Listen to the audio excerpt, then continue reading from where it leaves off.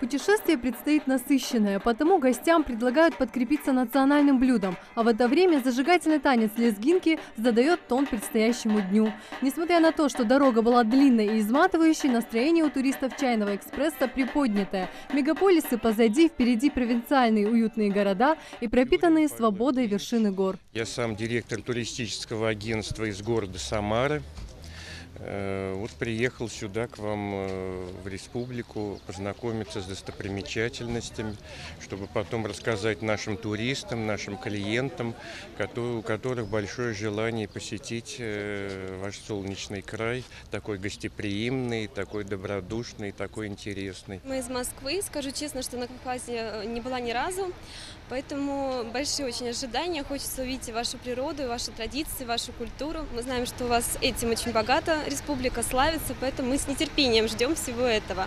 Дорога была отличная, из окна поезда видели Россию, поэтому переполняют эмоции, потому что на самом деле авиаперелеты, наверное, не передают всю ту красоту, которую можно увидеть именно из поезда. Поэтому железнодорожный круиз – это, наверное, что-то новое для нас, и думаю, что поездка будет очень удачной. Одинокий 100-метровый великан прямо посреди столицы республики вызвал шквал вопросов у туристов. Когда построили, кто автор каменного сооружения, что из себя представляет этот необычный музей изнутри.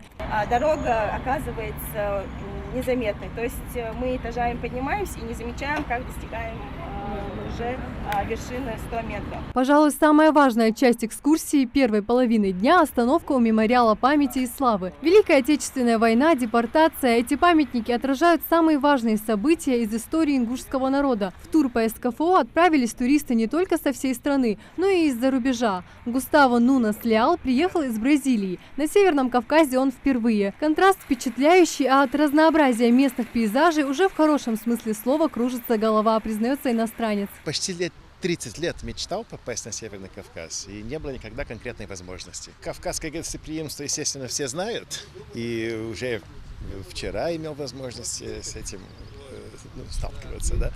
Но в Ингушетии сейчас первый раз, приехали сегодня в Ингушетию. Что ожидаю видеть?